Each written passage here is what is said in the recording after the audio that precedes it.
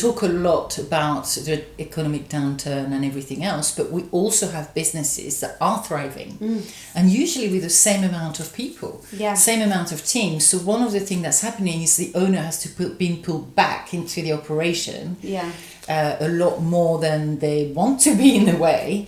So it's just re-looking really at where you're at in terms of, I suppose that's the problem, is all of a sudden you've seen this growth, and like you said, it's definitely all we hear at the moment is a bit doom and gloom, and you know, everything's rising and everything else, but actually there are businesses out there doing really well.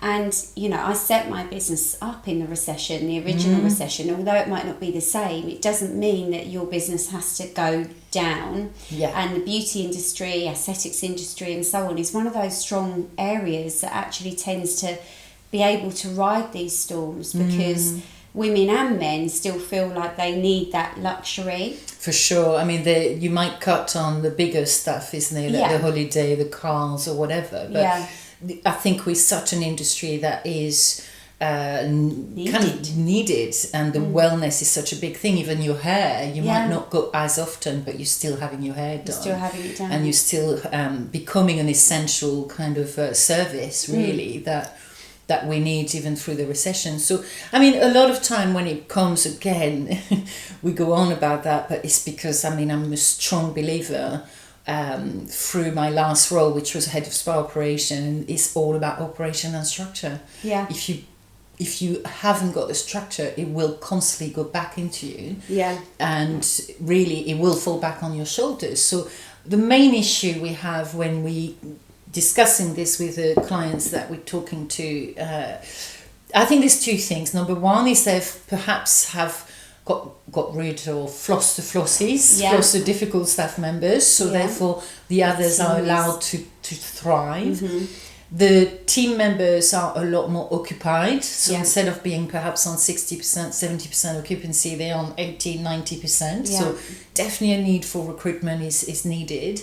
But it's also, again, goes back to the mindset. One particular member I'm thinking of is, you know, I can't recruit, and I'm so busy. She's dabbling her numbers every single month, doesn't really know where the growth has arrived from. Perhaps there's been a lot of salons around her that have closed, so we've got a lot of new clients coming into to the business. What are we doing with those new clients? So let's not rest on our laurels. That's right. To make sure that we are, you know, focusing on those new clients, client welcome pack, you know, nurturing that database, nurturing what we've got. But we haven't got time because we're so in it again. So it's going back to the structure, and this particular client, you know, I can't recruit. When we have started to look, yes, it take longer, but she found someone. Absolutely, they are out there still. We can still recruit, but it's just a bit more of a lengthy process, that's all. And so it's just about looking at the recruitment that you're doing and maybe having that continuous recruitment, because that's what a lot of us fall into the trap of, actually, is only recruiting when we need to recruit or when we're desperate to recruit, and then it gets desperate, rather than constantly looking, and then when that diamond out the rough comes in and we find them, then we can utilise them and grow them.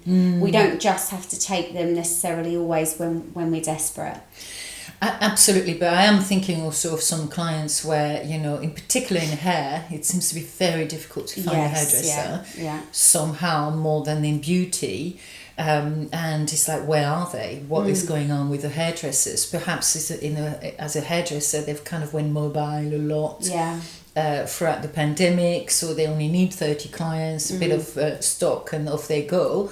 Although it's a lot easier said than done.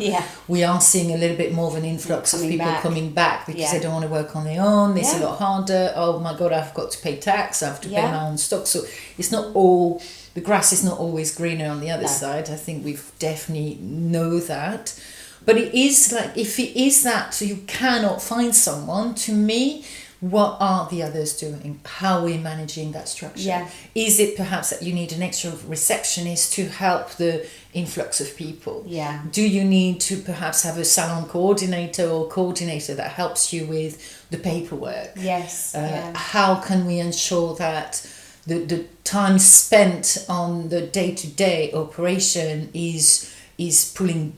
Well, you pull back out, Yeah. isn't it? Which is what we're trying to do with this particular client. Yeah, and also it's about going back to the current team as well and asking them if they want more. Because I think I was saying to you not so long ago that was always, I think I remember my manager once saying to me that, you know, they definitely won't want to do more. You know, I was thinking about offering out more hours. They definitely won't want to. And I thought, well, we can only ask. Yes. And when we did, actually they did, because some of them started at, say, midday. Yeah. And they actually said, in all honesty, between 9 and midday, I can't really do anything. Yeah.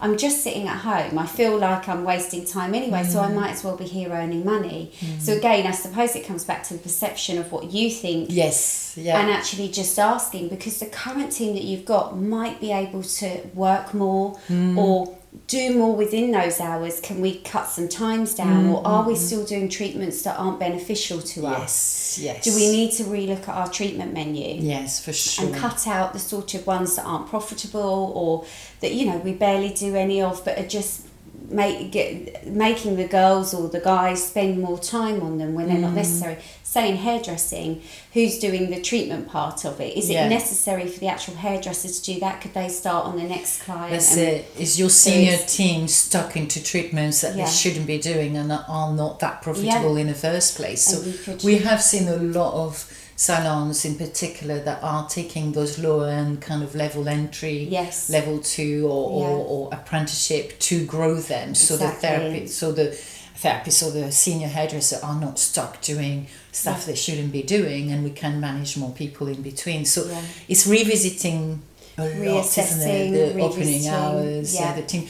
But we had someone which I really liked was doing what she called the twilight hours. Yes. I love that. I think that's brilliant. Yeah, and that was where, when she was open till 8, she was going to open 9 until 10. Yeah.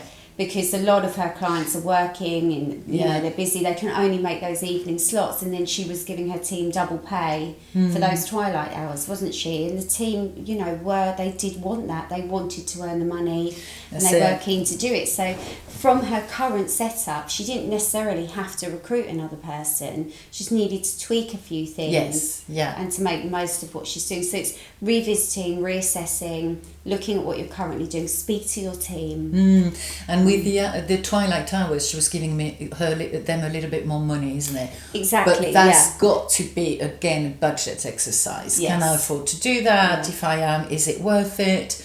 In London in particular, we're seeing a lot of agency work, so they're calling upon agencies, but when you look at the numbers, is that worth it? Yeah. Because if you are spending more than you're bringing back in, what is the point of that? Just to create a demand where actually you could reduce those hours and not have that extra expense. So it is a budget exercise, it is a structure exercise, but I think it's also a mindset, because again, I'm thinking of this particular client who's stuck in that wheel of, you know, I'm busy, and not being able to pull herself out of that. And I think a lot of time we're getting a lot of clients when we're managing to structure their time. There's two things in my head that actually stop thinking that in operation you're going to suddenly have everything done in 10 days. Yeah. Anyone that says, you know, it takes 30 days to set things up, it doesn't. It's 3 to 6 months before you get the operation right, because it's all the little tweaking things you have to do and think about. And I think also there's an element of, you know, when she was off, or there's a few people I'm thinking of when I'm off or when I've got admin time, I'm procrastinating. I don't know what to do because I've been so busy. Suddenly I'm having that time for me. Yeah. That's the hard one, isn't it? It is. And there's one more thing that I often think about is, and some of our clients that I've met in the past panic because they're busy and they can't accommodate it. But I always think demand reaps demand. Yeah. And if you're booking ahead and you're making your clients aware, look, we're very busy at the moment, please make sure you book 6 months, a year ahead. You can change them within a certain amount of time, you know, if you want to, but at least then you know you've got your appointments in and your days and your times. Yeah, for sure. And there's nothing wrong with that, and then your clients will get what they need. And when new clients come, you just need to make them aware that they need to book in advance, and then, you know, and actually that's not a bad thing, because your diary will be full in advance. Definitely. And I've just visited a place where they're so busy, they are absolutely manic. So the structure of the managers were really key to really assess who does what, when, how, and blocking that time out. Yeah. But being really specific, when you have those 2 hours, you need to do that. Yeah. When you have those 2 hours, you've got to do that, right? Yeah. You doing this. And he's so specific and clear. Yeah. And if you do it in an hour instead of 2, great. You've got an extra hour to, maybe do something else in your to-do list, or maybe help the reception if you need to. But it's reassessing that time, the task and everything else, I think for me is very, very important. Yeah. But I think, it's a good problem to have ultimately. Like, it's so much better to be busy and not being able to handle that demand at that time than worrying about, where is my next client going to come from. So to me, there's an element of kind of capitalizing on that. Yeah. A lot of time in downturn, we tend to think, oh, I don't need to do so much marketing, I'm busy anyway. That's when you need to cramp it up. Yeah. Build that image, build that customer loyalty, Exactly. build everything around it, isn't it? Yeah, exactly. Work on the busy times, not so much the quiet times. So all you have to do now is press the subscribe button and join us every week for an Insight Chat. And if you have any burning questions that we haven't yet answered, then just pop in the comments below or send us an email and we can include them in one of our weekly chats. And also we have started this amazing community of like-minded salon owners to join us on a monthly basis with our Insight Chat subscription. Yeah, on that chat as well, you'll also get access to lots of free downloads and content that can really support you in your business. And thank you so much for listening. And we'll see you next time.